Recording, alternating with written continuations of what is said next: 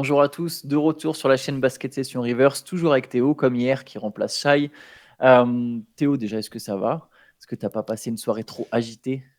Bah écoute, ça va, juste envie un peu d'insulter la NBA, de mettre 9 matchs les soirs de trade deadline, tu te dis à quoi ça sert? Il y a la moitié des équipes qui jouent à 3 contre 3 parce qu'ils peuvent pas remplir les rosters, et puis nous on a tout ça à débriefer, mais sinon ça va très bien, effectivement, il y a pas mal de choses qui se sont passées. Tu sais, à chaque fois j'ai l'impression que tous les ans on se dit ouais cette année ça va être calme, en fait c'est jamais calme.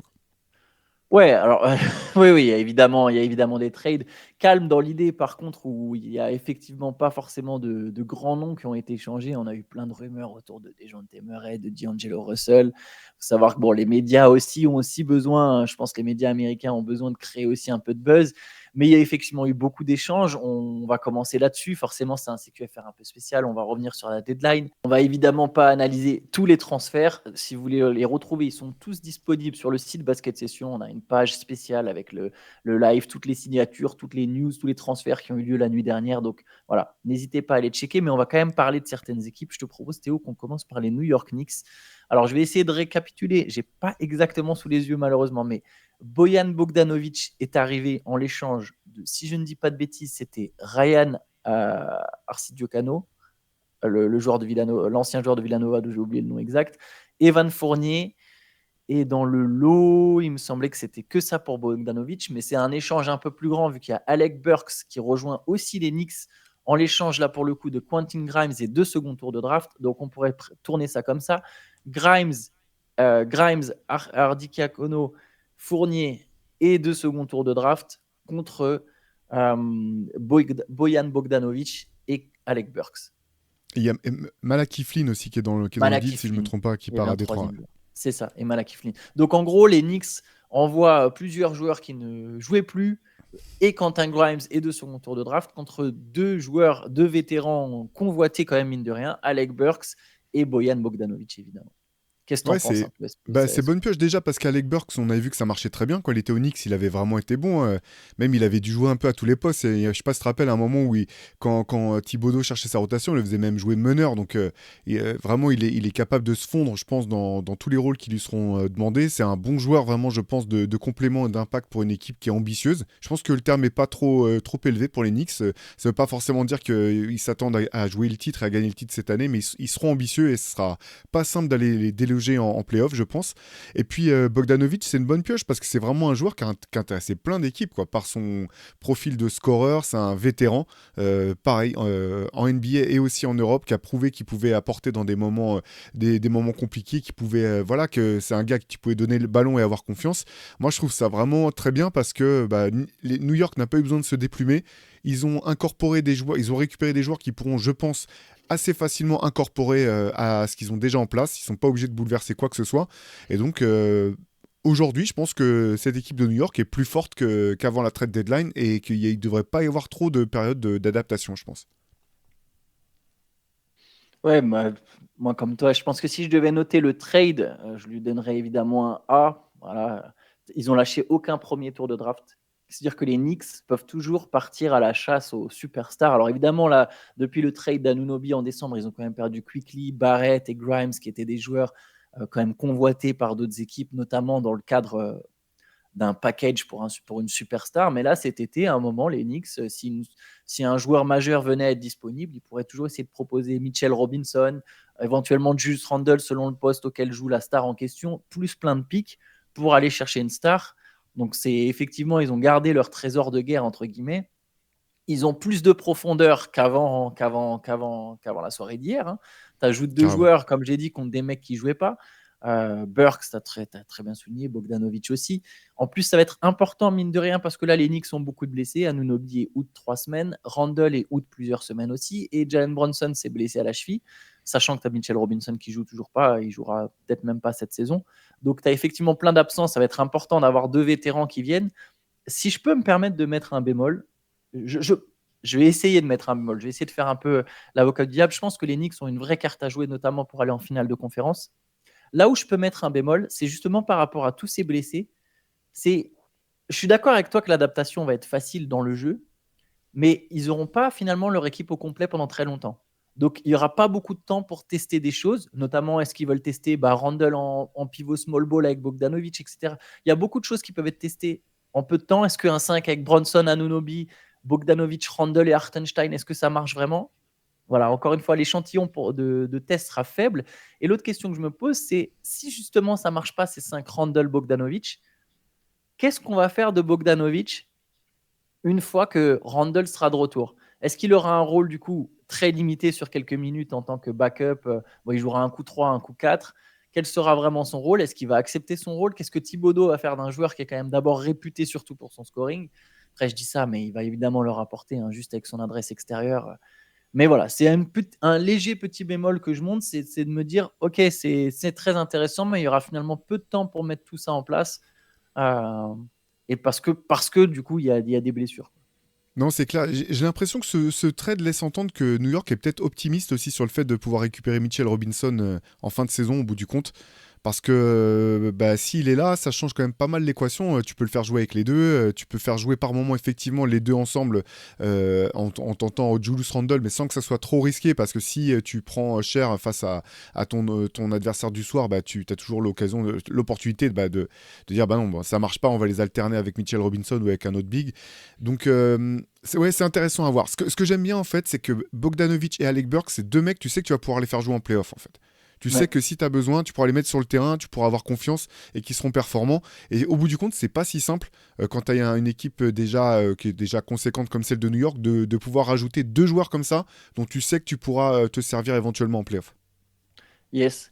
Autre équipe qui a, je trouve, fait une bonne pioche, et je pense que tu vas me rejoindre là-dessus, c'est le Thunder.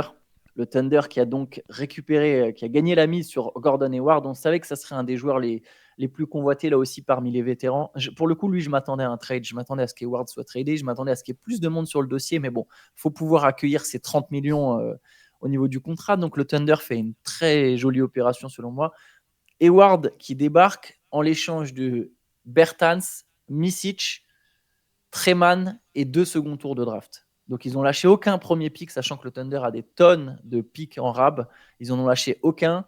Ils pourront toujours en lâcher le soir de la draft. Ils en ont 4 au premier tour, 3 ou 4 au premier tour en 2024. Ils pourront en échanger ce soir-là contre d'autres vétérans. Et donc Hayward qui vient renforcer leur banc sur la fin de saison, qui vient leur donner de l'expérience en playoff, encore une fois, sans lâcher de joueurs qui faisaient vraiment partie de la rotation. Moi, j'adore ce trade. J'adore ce trade parce que OKC a de l'argent, donc finalement, bah, c'est un gros contrat, mais ça pose aucun problème aux Thunder dans leur timeline. Gordon Hayward, le problème, c'est que c'est un joueur qui a été... La seule question, comme toujours avec Hayward, c'est est-ce qu'il sera en forme, est-ce qu'il sera sur le terrain? Parce que c'est la vraie limite. Quand il est parti au Hornets, il est parti au Hornets parce que bah, Charlotte lui a fait une offre qu'il pouvait pas refuser. En gros, il lui a donné tellement d'argent qu'il est parti là-bas. Mais on se doutait bien que de toute façon que c'était pas vraiment le projet sportif qui avait dicté ce choix. Et moi, j'adore ce joueur en fait.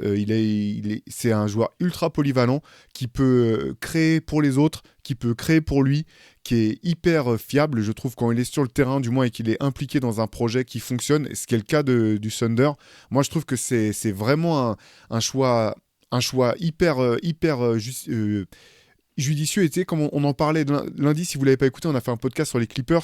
Et vers la fin, on parlait un petit peu d'une opposition potentielle entre le Thunder et les Clippers. Et c'est vrai que moi, j'étais hyper optimiste sur cette équipe d'OKC.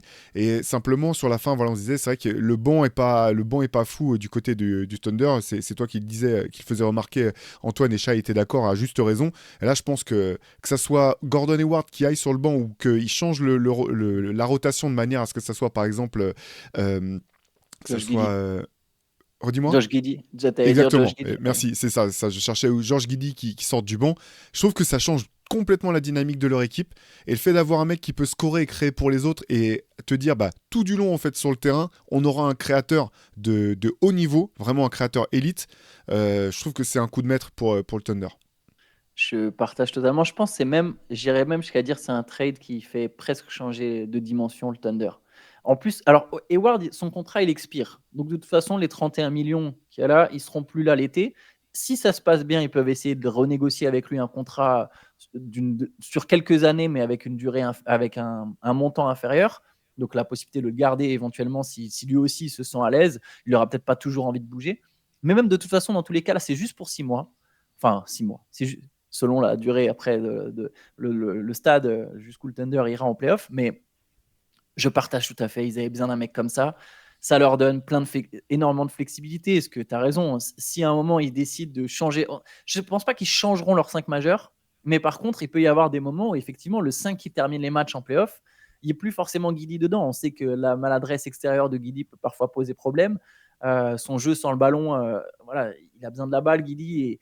Et quand tu as chez Gilgeous-Alexander et Jalen Williams, qui l'a supplanté dans la hiérarchie, quand tu as ces mecs-là qui ont le ballon, c'est pas simple. Gordon Hayward, lui, sans le ballon, c'est impeccable. Il représente une bien meilleure menace extérieure. Oui, je suis comme toi, je trouve que c'est vraiment un très très bon trade.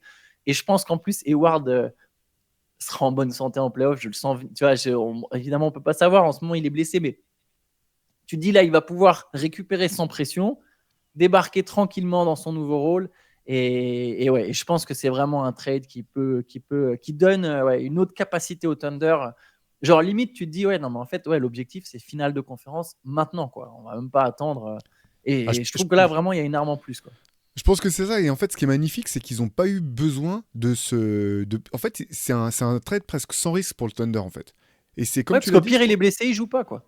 Et au pire, de toute façon, c'est pas grave. Ils n'ont pas sacrifié l'un de leurs. Ils n'ont pas Exactement. sacrifié Josh Giddey. Ils n'ont pas sacrifié l'un de leurs joueurs, les joueurs sur lesquels ils croient beaucoup pour la suite. Il n'y a pas de haut choix de draft qui a été impliqué. Donc c'est tout bénef. Et effectivement, voilà. Après, on connaît pas les joueurs, leur personnalité. Mais Gordon Hayward, ça fait un moment maintenant qu'il n'a pas joué pour un projet sportif intéressant. Quand il était parti à Boston, c'était dans l'optique de jouer le titre. Il a fait son argent. Si ça se passe bien au Thunder, je suis curieux de voir comment se passeront les négociations. Il y a beaucoup de si dans ma phrase, hein, ça va dépendre de la fin de saison. Mais à un moment, tu es dans un projet comme ça, si tu as un peu le nez, tu sens que c'est une équipe qui peut vraiment performer et être forte derrière. Je trouve ça top pour maintenant. Je pense que pour l'avenir, il y a une possibilité où ça ouvre une vraie belle porte pour l'avenir aussi. Ouais, je valide complètement. Allez, on passe à la dernière équipe dont on a voulu parler un peu plus en détail, c'est Dallas. Alors, il y a eu pas mal de mouvements du côté des Mavericks. Il y a Daniel Gafford qui est arrivé en échange de Richaun Holmes. Et je vais essayer de me souvenir, est-ce qu'ils ont... Oui, je crois qu'ils ont mis en plus un premier tour de draft. Si je dis pas de Ouais, un pic de draft, c'est ça. Ouais, Mais un ouais. pic de draft qui vient justement du Thunder. C'est-à-dire qu'en fait, ils ont sacrifié un droit de swap en 2028. Donc en 2028, le Thunder pourra décider de prendre le choix des Mavs si le choix des Mavs est mieux placé, en tout cas est plus haut à la draft. En échange, le Thunder leur a donné un de leurs premiers tours, donc le Thunder a quand même sacrifié un premier tour. Un de leurs nombreux premiers tours en 2024. Ils ont sacrifié un premier tour, c'était celui des Rockets, pardon. C'est dur à suivre. Hein, ouais, c'est dur à suivre. En plus, c'est pas juste celui des Rockets, c'est celui des Rockets qui sera le moins bien placé. Donc voilà, donc les Mavericks envoient ce premier tour à Washington en échange de Daniel Gafford. Dans l'échange, ils ont aussi donc mis Richaun Holmes. Ça, c'est un premier trade pour un pivot. Et il y a un deuxième trade où ils ont fait venir PG Washington, où cette fois-ci, ils ont sacrifié Seth Curry, Grant Williams et un premier tour de draft 2027 qui est protégé que top 2. Donc en gros, ils ont échangé 2 premiers tours. On va dire Enfin, ils ont donné un droit de swap. Ils ont échangé un premier tour 2027. Donc 2027-2028, ils ne contrôlent pas tellement leur destin sur la draft. Ils ont donné Grant Williams, ils ont donné Richaun Holmes, Seth Curry et ils ont récupéré Daniel Gafford, PG Washington. Voilà, j'ai résumé ça comme ça. Ouais, c'est pour résumer. En fait, moi j'ai eu réaction en deux temps. En fait, j'ai beaucoup aimé le trade pour Daniel Gafford. C'est un joueur on a un peu oublié parce qu'en fait dans le marasme des Wizards, c'est dur de s'en souvenir. Mais il y a 2 saisons, il avait fait un très beau parcours à tel point même qu'on se demandait si c'était pas un des jeunes big men émergents de la conférence Est. Donc derrière, c'est dur de juger dans ces situations si c'est le joueur qui n'a pas confirmé, si c'est l'équipe qui est trop dysfonctionnelle pour qu'il brille. En tout cas, je pense que c'est encore un joueur qui a un potentiel et c'est intéressant pour les Mavs de se renforcer à l'intérieur. Et par contre, on en parlait un petit peu avant de commencer le CQFR. Antoine, j'étais vraiment surpris par contre par le deuxième trade en fait. Je m'étais complètement trompé, mais quand Dallas a récupéré Seth Curry, je pensais que ça serait un élément majeur de leur rotation. Ça n'a pas du tout été le cas. J'ai bien aimé le trade pour Grant Williams. Il y a des moments où ça a marché, mais finalement, ça fonctionnait pas suffisamment à plein régime manifestement. Mais je suis quand même très étonné parce que ce sont 2 joueurs qui sont sûrs en fait, que je trouve sûrs sûrs. Grant Mais ils ont de Williams, l'expérience.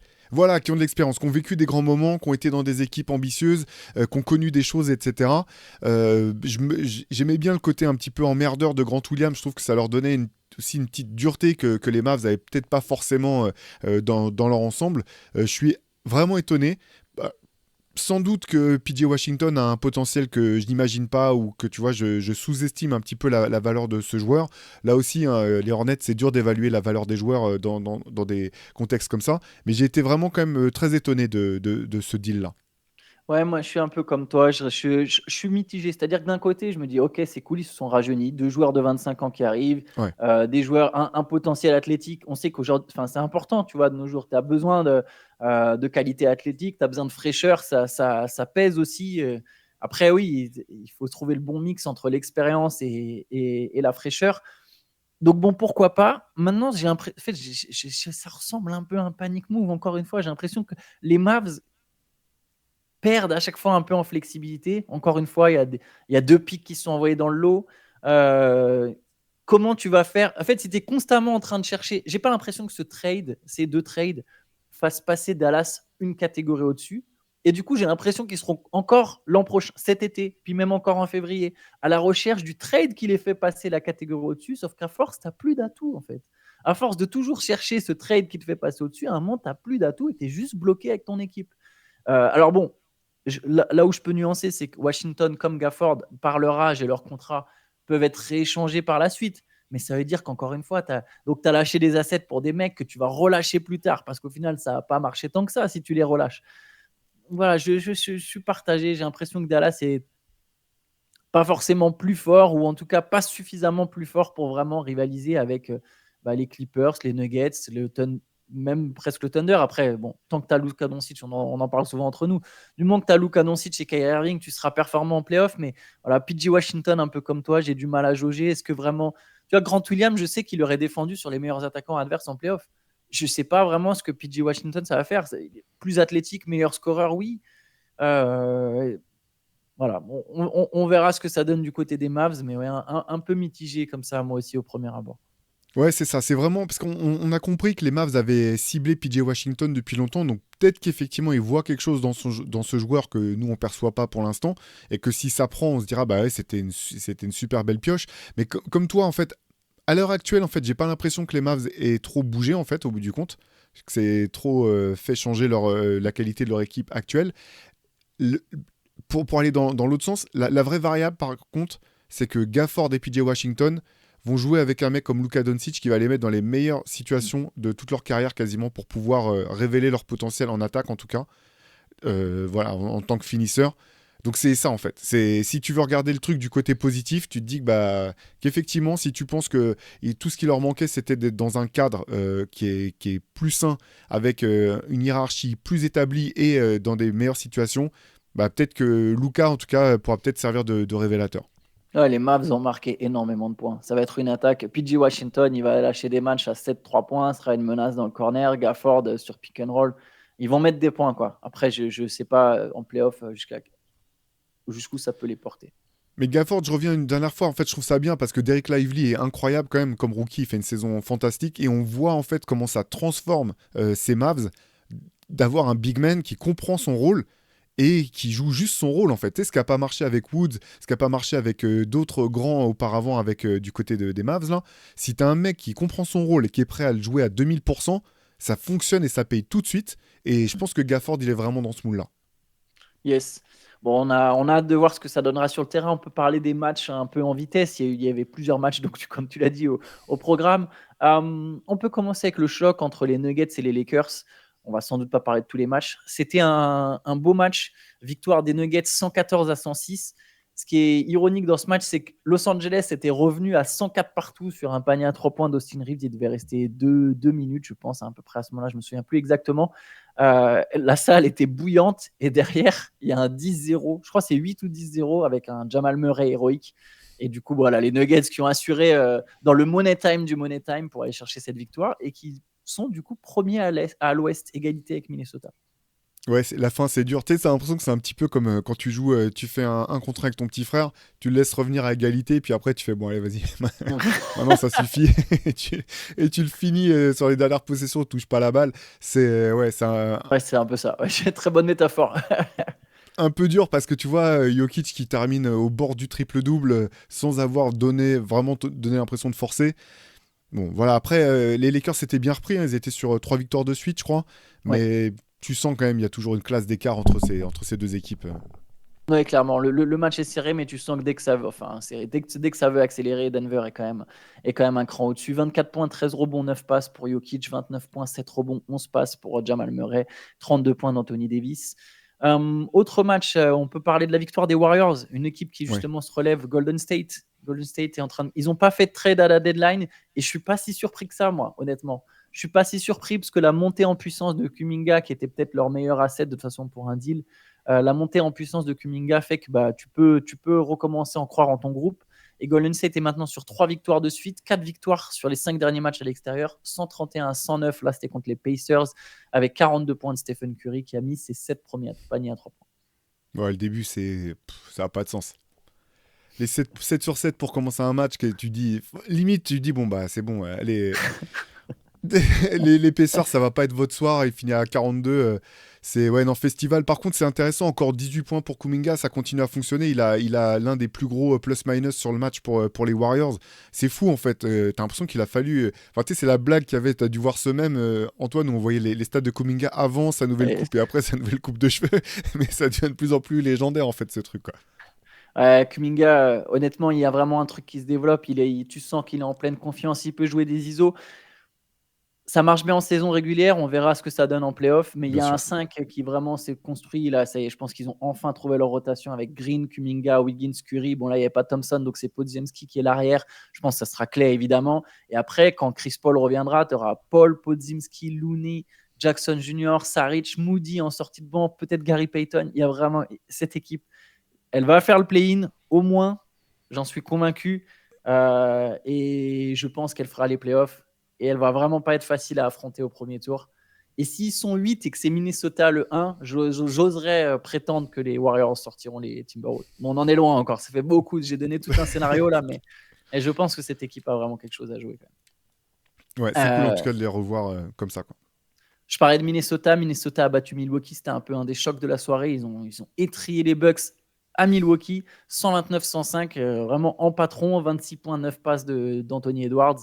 C'était la première à domicile de Doc Rivers. Ça s'est soldé par une défaite. Alors, il manquait Lillard, il manquait, Il il manquait manquait beaucoup de monde. Lillard et Middleton. Faut quand même lui rendre hommage. Mais enfin, il faut quand même souligner voilà, le fait qu'il y ait 2 cadres absents. Mais en 6 matchs sur le banc des Bucks, ça fait 5 défaites.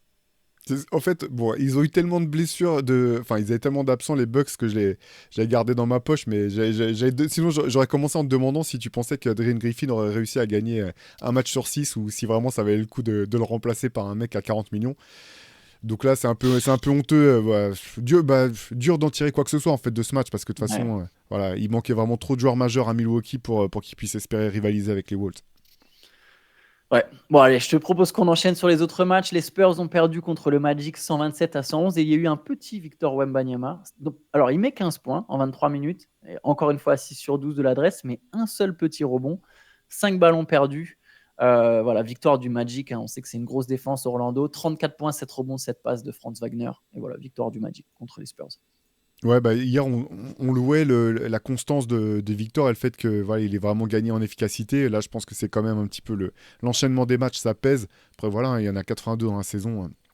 C'est pas étonnant de se rater.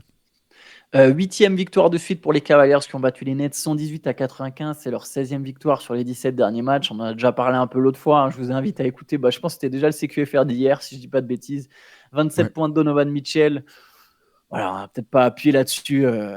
Ben Simmons Ouais, était parce que, titulaire pour les Nets. Bon. ouais, parce que les Nets, c'était aussi avec tous les trades, il y avait aussi peu de joueurs qui étaient disponibles, donc c'était une équipe un peu B, quoi.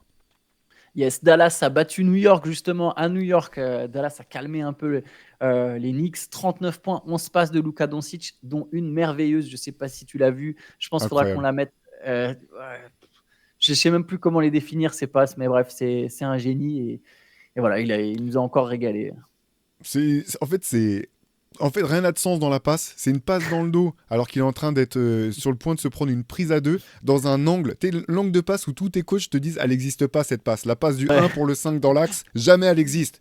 Arrête de la faire, Tu sais, Antoine. c'est Elle genre, marche ouais, pas tu sais, cette. voilà, c'est ça, tu l'arrêtes à l'entraînement, t'arrêtes quand il y a un mec qui se prend une perte de balle parce qu'il a voulu, comme un guignol, faire une passe au milieu et là, t'arrêtes l'entraînement pour dire non, mais ça n'existe pas. Bah, chez Luka Doncic, ça existe. Ça existe. La passe est vraiment folle. Il y a sous tous les angles, rien n'a de sens. Bref. Magnifique. Là encore, New York, bon, c'était un peu compliqué avec Ouais, la il est trop soirée des absent. trades et compagnie. Il y a quand même Di Vincenzo qui a encore fait un carton. Donc, Je vais regarder en direct. Alors, c'était son deuxième match à plus de 30 points de suite, mais je crois que sur les derniers, hein. 36 hier. Ouais, regarde, 28, 33, 20, 26, 32, 36. Ça, c'est ses 6 derniers matchs. Et dans le même temps, tu as Josh Hart qui fait un triple-double à 23, 10 et 12. Ouais. C'est, je peux dire que Jay Wright, quand il regarde Jay Wright, l'ancien entraîneur de Villanova, quand il regarde les matchs d'Enix, il sort le popcorn et... et il se regarde dans la classe en disant ouais, t'as fait du bon boulot, mec. Tu sais, il va arriver un jour à côté de Thibodeau, il va lui taper sur l'épaule, genre, c'est bien, gamin. T'as vu? Il va lui demander une commission, surtout sur son salaire. Allez, maintenant, tu me passes un pourcentage. Bon, allez, autre match, victoire des Bulls contre les Grizzlies. Les Bulls qui n'ont pas bougé à la deadline. Victoire 118-110. Il y a 30 points de Demar DeRozan qui a clamé son amour pour Chicago. Il voudrait prolonger aux Bulls. 20 points de Nikola Vucevic. 21 points, 13 rebonds en sortie de bande d'André Drummond. Bon, c'est pas le match le plus passionnant de la soirée. Je suis pas sûr que tu aies forcément un truc à dire là-dessus. Le Jazz a perdu contre les Suns. Victoire des Suns 129-115. Phoenix aussi, ça va mieux d'ailleurs. Phoenix, ça commence à se mettre en place. Il y avait 31 points de Kevin Durant, 30 points de Bradley Beal. Devin Booker n'a pas joué. Mais bon, belle victoire des Suns qui continuent d'enchaîner, qui ont l'air enfin de s'installer peut-être dans le top 6 à l'ouest. Je ne sais pas si tu as un mot particulièrement pour les Suns. Ils n'ont pas eu à forcer. Hein. Ils étaient presque à 60% de réussite au tir sur le match. C'était effectivement en contrôle. C'était trop facile pour les Suns hier. Le Jazz qui, encore une fois, donc ils ont transféré Kelly Olynyk à Toronto. On n'est pas revenu sur Toronto. Je le ferai dans un papier. Je comprends rien à ce que font les Raptors. Honnêtement, ça n'a aucun sens. Mais du coup, je comprends pas tout à fait non plus ce que fait le Jazz. C'est-à-dire que le Jazz, ça fait 2 années de suite qu'ils ont d'un coup un espèce de montée en puissance où ça se rapproche du play-in. Et derrière, mais non, je pense honnêtement, je suis pas sûr je pense pas qu'ils vont jouer le play-in. L'impression que les Warriors ont quand même leur passé devant. Ils ont perdu donc un talent.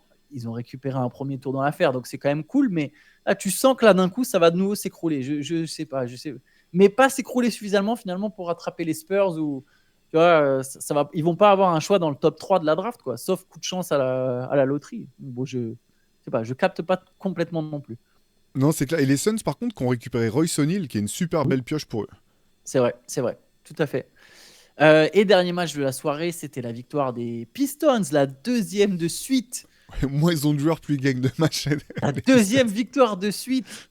Le Detroit qui a battu Portland. Hein. Alors, ils ont arraché la prolongation à la dernière seconde grâce à Ozar Thompson. Ils s'étaient menés de 4 points. C'est fou, j'ai quitté le League Pass, bugué. Donc, je l'ai fermé à 50 secondes de la fin. Il y avait plus 4 pour les Blazers. Je me suis dit, oh, c'est bon, c'est fini. Et plus tard, j'ai vu qu'ils avaient égalisé en 50 secondes, les Pistons. Donc, ils ont gagné en prolongation. 27 points et 22 rebonds de Jalen Duren.